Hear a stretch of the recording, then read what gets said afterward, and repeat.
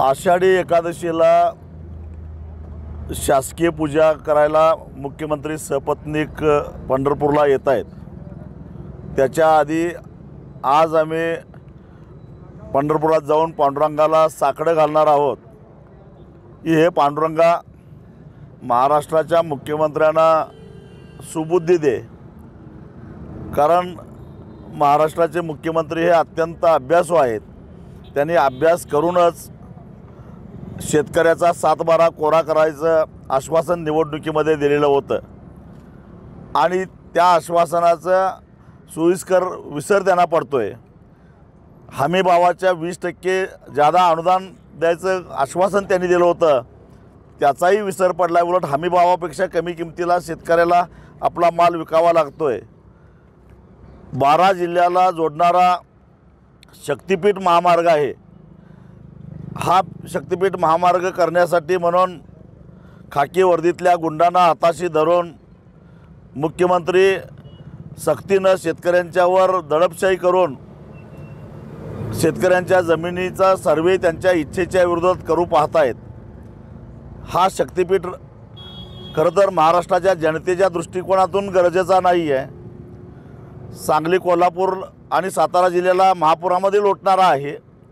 सिंधुदुर्गातल्या पर्यावरणाचा वाटोळं करणारा आहे आणि 86,000 कोटी रुपयाचा आर्थिक बोजा महाराष्ट्राच्या जनतेवर टाकणारा आहे।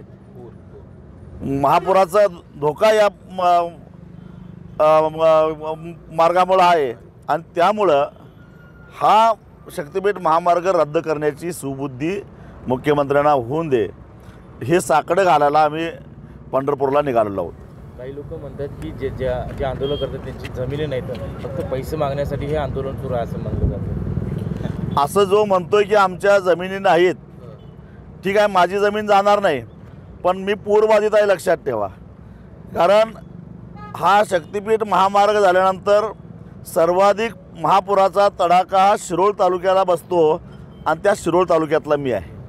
आणि त्यामुळं कुणी जर असं म्हणत असेल, एकतर शक्तिपीठाचं समर्थन करणाऱ्यांनी पहिल्यांदा आपली जमीन कुठं जाते याचा गट नंबर सकट पुरावा द्यावा आणि मग चमचेगिरी करावी, एवढंच माझं त्यांना सांगणं आहे। सरकारला काय इशारा आहे? सरकारला एवढंच आमचा इशारा आहे, आज आम्ही पांडुरंगाला साकडं घालून पांडुरंगाकडे शक्ती मागतोय।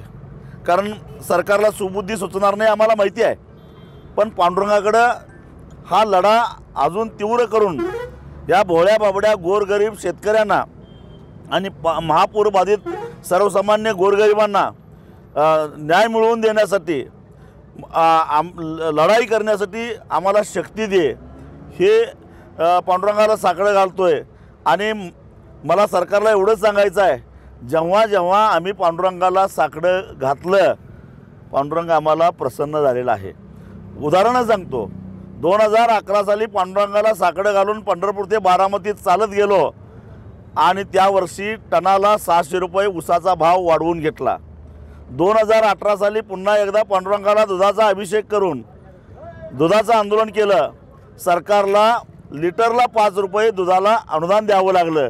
आज तिसऱ्यांदा आम्ही पांडुरंगाला साकडं घालायला निघालेलो आहे आणि पांडुरंग हा गरिबांचा देव आहे, सर्वसामान्यांचा देव आहे, कष्टकऱ्यांचा देव आहे, इमानदार लोकांचा देव आहे आणि त्यामुळे आम्हाला प्रसन्न होणार।